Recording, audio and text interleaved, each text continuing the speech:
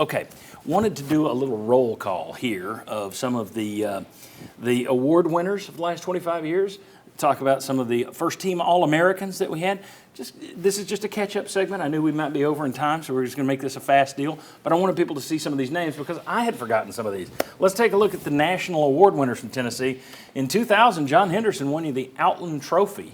2004, Michael Muñoz, a lot of people don't talk about Michael Muñoz anymore, won the Academic Heisman Campbell Trophy. 2006, John Chavis, the AFCA Assistant Coach of the Year.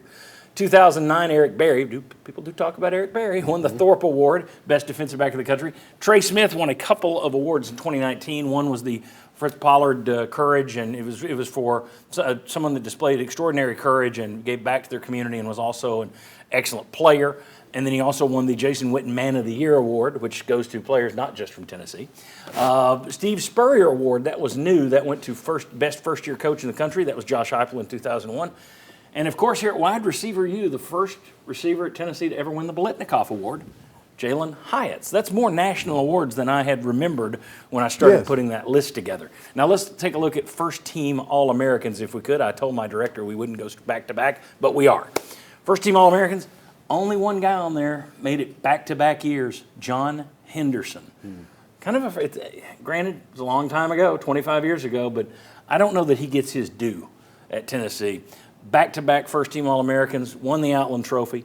Travis Stevens, 01. Dustin Colquitt as a punter in 03. Kevin Burnett, linebacker. Jesse Mahalona, the late Jesse Mahalona. You had 4 first-team All-Americans in 2004 from different lists. Burnett, Mahalona, and Michael Muñoz.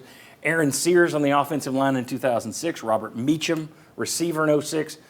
Daniel Lincoln in 07. Eric Berry in 08 and 09, of course, just the great Eric Berry.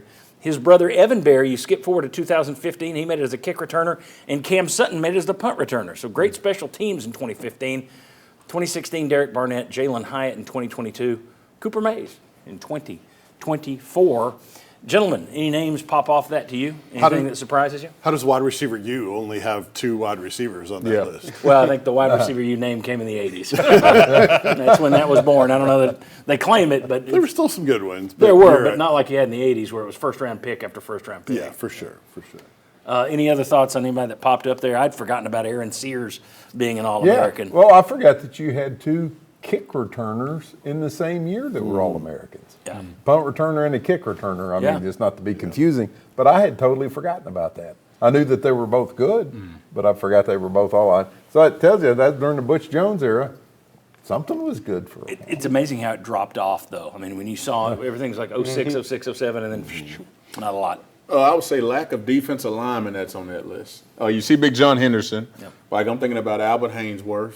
A couple other big guys, Leonard Little that played, so it's like it's a little, it throws me off a little bit. We're talking about I think when Little would have been gone though. He might was, not have made this list. That's what it was. That's what it was. Okay, but yeah, I'm thinking we should have seen more defensive linemen on that list. Another thing that jumped out when you showed the first graphic, there was as many 4 under Josh Heupel from 2019 to the current in that won national awards as there was from 2000 to 2019, which is a total of 4. Yeah.